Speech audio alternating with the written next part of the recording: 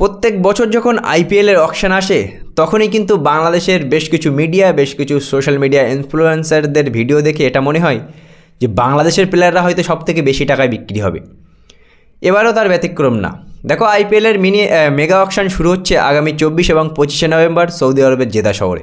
আর ইতিমধ্যেই বাংলাদেশের মিডিয়াগুলো বলতে শুরু করে দিয়েছে তাদের নাহিদ রানা বলে যে ফাস্ট বোলারটা, সে নাকি বিক্রি হতে পারে অনেক বেশি দামে, শরীফুলকে কিনতে পারে, তাসকিনকে কিনতে পারে। আর বাস্তবতা কি বলে? বাস্তবতা এটা কি বলে বন্ধুরা, যে এবারও বাংলাদেশের প্লেয়াররা সুযোগ পাবে। দেখো, আমি আজকে এই ভিডিওতে বলবো যে কেন বাংলাদেশের প্লেয়াররা আইপিএলে সুযোগ পায় না, আর কেন আফগানিস্তানের বেশি বেশি করে প্লেয়ার প্রত্যেক বছর তারা সুযোগ পায়, কোটি কোটি টাকা দিয়ে বিভিন্ন ফ্র্যাঞ্চাইজি তাদেরকে কেনে। তার মধ্যে এক নম্বর যে কারণটা হলো বাংলাদেশের প্লেয়াররা সুযোগ পায় না, তাদের খেলার স্টাইলটা অন্যরকম, বা তারা টি-20 খেলতে পারে না তা কিন্তু নয়। দেখো, লিটন কুমার দাসকে কলকাতা নাইট রাইডার্স কিনেছিল 2022-এ, কিন্তু লিটনের 3-4টে ম্যাচ খেলার পরে তাদের বোর্ড ডেকে নেয়। এই যে একটা ফ্র্যাঞ্চাইজি প্রত্যেকটা প্লেয়ারের ওপরে কোটি কোটি টাকা খরচা করবে, কিন্তু সেই প্লেয়ার 2-4-5টা ম্যাচ খেলে চলে যাবে হুট করে, এমন কিন্তু না।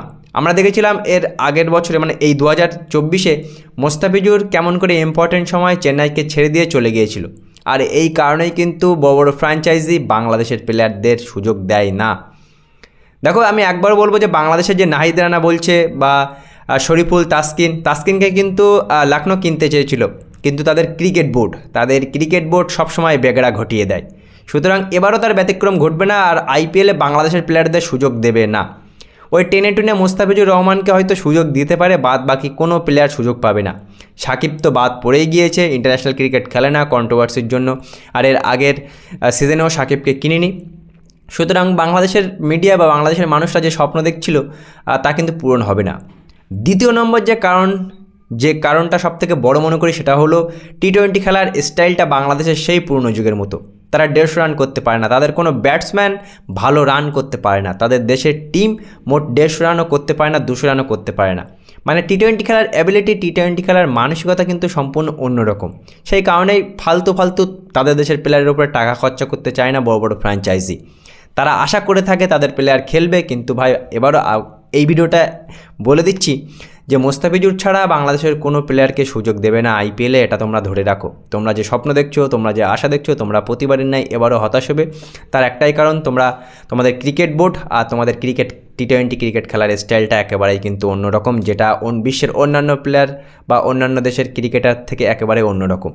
সুতরাং তোমাদের ভালো কোনো ব্যাটসম্যান নেই, তোমাদের বোলিং অনেক সুধরে গেছে, অনেক ভালো ভালো বোলার এসছে তোমাদের দেশে, কিন্তু ভাই তোমাদের ব্যাটিং সেই ব্রিটিশ আমলের। টি-20 ক্রিকেট তারা খেলতেই পারে না। বিপিএলে তো আমরা দেখি কেমন অবস্থা হয়। সুতরাং যে স্বপ্ন, যে আশাটা তোমরা দেখছো যে আইপিএলে অনেক বাংলাদেশি প্লেয়াররা খেলবে, কিন্তু একেবারেই না। বাংলাদেশের একটা প্লেয়ারই খেলবে, সেটা হলো মোস্তাফিজুর রহমান, আর বাদবাকি কোনো বাংলাদেশের প্লেয়ারদের এবারও আইপিএলে সুযোগ দেওয়া হবে না। তোমাদের কী মনে হয় বন্ধুরা, বাংলাদেশের প্লেয়াররা কি সত্যিই সুযোগ পাওয়ার যোগ্য রাখে আইপিএলে, বা তারা কি এই 2025-এ আইপিএলে সুযোগ পাবে? মতামত অবশ্যই কমেন্ট সেকশনে দেবে। ভিডিওটি ভালো লাগলে অবশ্যই একটি লাইক দেবে, চ্যানেলটি সাবস্ক্রাইব করবে। দেখা হচ্ছে পরবর্তী ভিডিওতে।